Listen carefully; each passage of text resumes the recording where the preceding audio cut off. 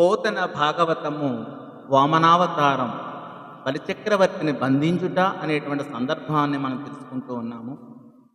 దానవ త్రిపద భూతల మిత్తునంటివి ధరణి చంద్రార్కులెందా కనుందురంత భూమియునొక్కయొడుగయ్యె నాకును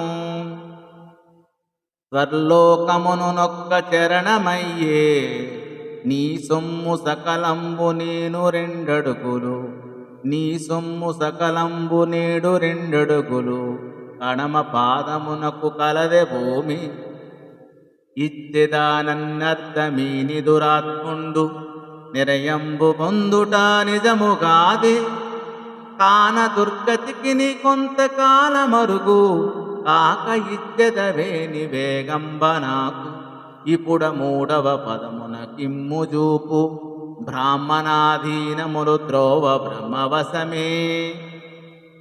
ఓ ధనుజేంద్ర బలిచక్రవర్తి, 3 అడుగులు నేల ఇస్తాను అన్నావు కదా. భూలోకము సూర్యచంద్రుల దాకా ఉండే స్థలము నాకు 1 అడుగుకి సరిపోయింది.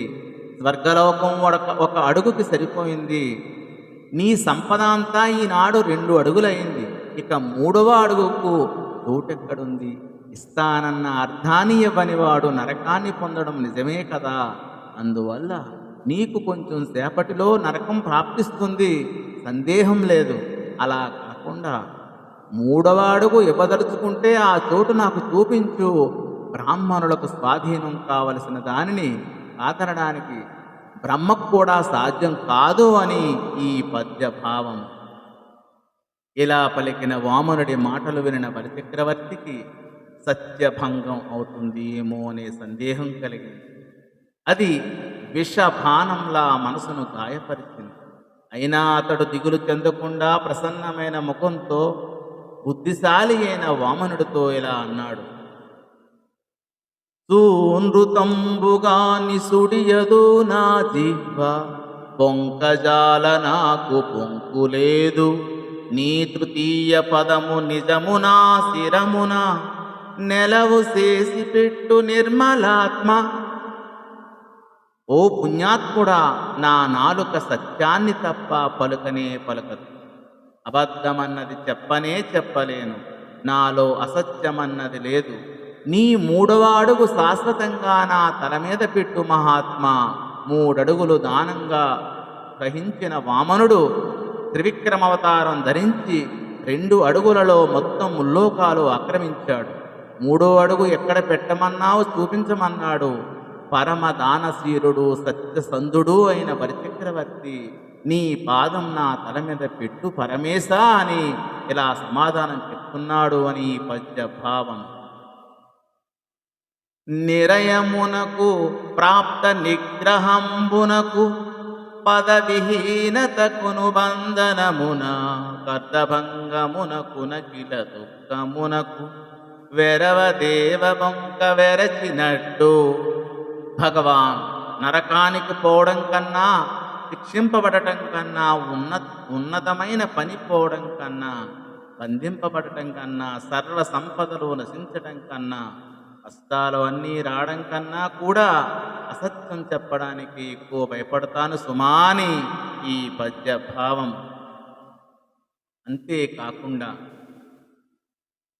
తల్లిదండ్రులు అన్నదమ్ములు చెలికాండ్రు గురువులు శిక్షింపకొరుతపడునే పిదపమేలగుగాక పృథుమదాందులకును దానవులకు మాకు తరియరింగి దానవులకు మాకు తరియరింగి విభ్రంస సక్షువు వెలయ నిచ్చుట చేసి గురువులలో నాది గురువ నీవు గురువులలో నాది గురువ నీవు నీవు బంధించిన నిగ్రహమో లజ్జ యోనస్లియో బాధయో తలంప నిన్నిదిరించి పోరాడు నిర్జరాదు లాది యోగీంద్రులంజటు నట్టెటెంకి నందరే తొల్లి పెక్కండ్రు హర్షమూర్తి ఈశా నీయడ దుర్లభమేమి కలదు. ఓ పరమేశ్వర, ఆనంద స్వరూప, తల్లిదండ్రులు, అన్నదమ్ములు, మిత్రులు, గురువులు బుద్ధి చెప్పడంతో ఏమీ నష్టం కలగదు.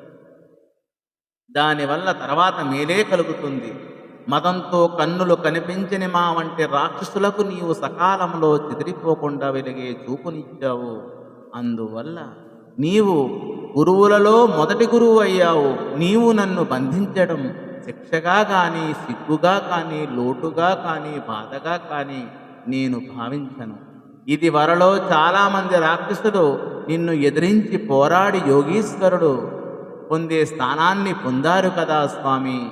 నీ దగ్గర అసాధ్యమన్నది ఏముంది అని ఈ పద్య భావము. ధన్యవాదములు.